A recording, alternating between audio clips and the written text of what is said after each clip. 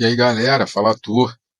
Imagine-se em uma pequena cidade do interior cercada por uma densa mata atlântica, uma região tão tranquila que as portas nem se trancavam à noite. Até o ano de 1995, foi quando Nova Friburgo trocou a tranquilidade pelo medo. Lá, dois irmãos transformaram o local em um palco de um verdadeiro filme de terror. Você conhece os irmãos Necrófilo? Não? Já ouviu falar deles? Também não? Então senta aí, porque essa história é tão surreal que parece inventada, meu parceiro.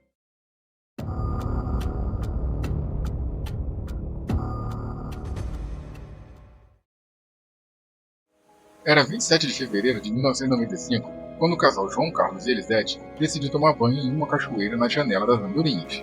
O que deveria ser um momento de paz, tranquilidade e descanso virou um pesadelo. João foi brutalmente assassinado e Elisete escapou por um fio, se jogando de um barrão. A descrição que ela deu deixou claro que os culpados eram os irmãos Necrófilo. Mas quem eram esses irmãos Necrófilo? Bom, eles eram Ibrahim e Henrique, filhos de Brás e Maria Luísa.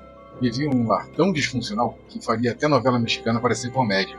Eram marcados pela extrema pobreza e muita violência. O abuso e a negligência deixaram marcas tão profundas que transformaram os irmãos em figuras sombrias, mas que a sociedade só viria a conhecer anos depois. Expulsos de casa pelo pai alcoólatra, eles cresceram na mata sobrevivendo como podiam, ou seja, do jeito mais precário e macabro possível. Antes do ataque ao casal, Ibrahim e Henrique já tinham um histórico sinistro.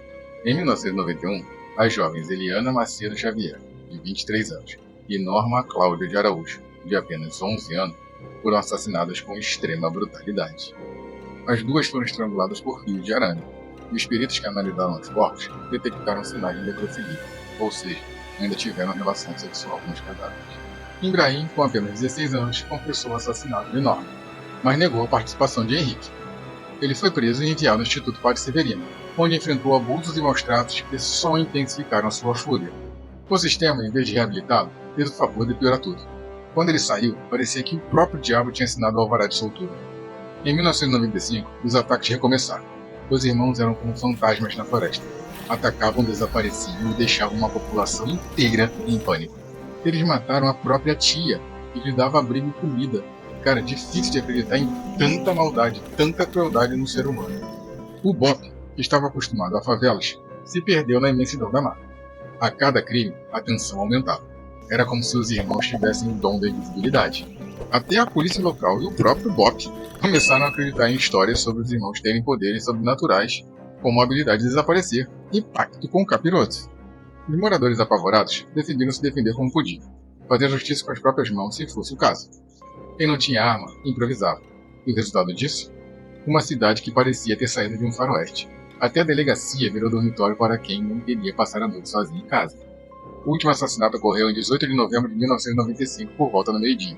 Maria Docileia Faust, de 39 anos, grávida de 7 meses, foi morta a golpes de facão e porrete. E seu filho, Adriano Faust Gomes, de apenas 9, apaulados. O detalhe é que o feto foi deixado exposto. Às vezes até evisceração, ou seja, abrir o ventre e retirar as vísceras, como foi o caso com uma determinada senhora grávida, em que até o feto ficou exposto. A prefeitura chegou a oferecer R$5.000 de recompensa para quem desse qualquer informação que levasse à captura dos irmãos. Mas a caçada durou meses e mobilizou mais de 700 homens. Mas os irmãos não eram fáceis de pegar. Eles estavam em seu ambiente e eram ardilosos. Para despistar, pegaram a cobrir o corpo com o sangue das vítimas e até usavam truques insanos, como derrubar casas de marimbondos.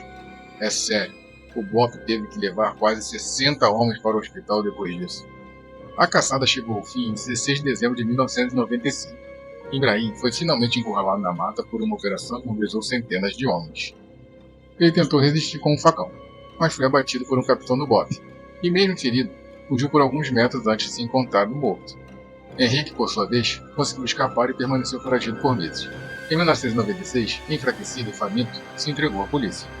Essa versão é corroborada pelo ex-capitão do Bop Paulo Storani Botelho, que fez parte da operação de caça. Quando ele viu aquilo, ele chamou Ibrahim. Chamou. Aí o camarada olhou, ele viu ali a descrição do Ibrahim, que saiu correndo por baixo. E ele saiu atrás. E nessa perseguição, o Ibrahim estava esperando ele para esfaqueá-lo com um facão de mato. E foi quando ele sacou a arma naquele caso e se defendeu e veio a morte do Ibrahim. Porém, em entrevista ao jornal A Voz da Serra, moradores da época contam a versão de que Ibrahim foi morto dormindo em uma casa que ele tinha invadido. Essa entrevista completa dada ao jornal A Voz da Serra pode ser vista no YouTube. O link está aqui na descrição desse vídeo. Bora dar uma olhada. Invadiram a casa em antes. Eles pegaram ele, acho que ele estava dormindo. E o cara viu ele dormindo. Aí o cara estava preparado, apertou em cima dele. A população, em um misto de alívio e fúria, quase invadiu o IML para ter certeza de que era Ibrahim. Sem o apoio do irmão debilitado, foi a gota d'água para Henrique se entregar. Em setembro de 2000, foi condenado por júri popular a 34 anos de prisão. Como estava preso desde 1996, foi solto em 2015, mas acabou se metendo com traficantes. Em liberdade, achou que seria uma boa ideia tentar entrar no presídio com drogas. Resultado, voltou para a cadeia. Essa história parece ficção, mas aconteceu. Nova Friburgo viveu dias de terror que marcaram para sempre a memória de seus moradores. E os irmãos necrófagos?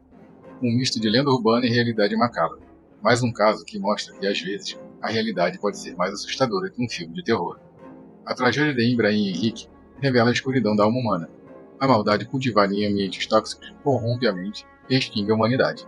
Essa história é um alerta sombrio de que, sem empatia e estrutura familiar, a alma se perde nas trevas. E você? Acredita no pacto com o capiroto? Ou acha que era tudo paranoia da galera?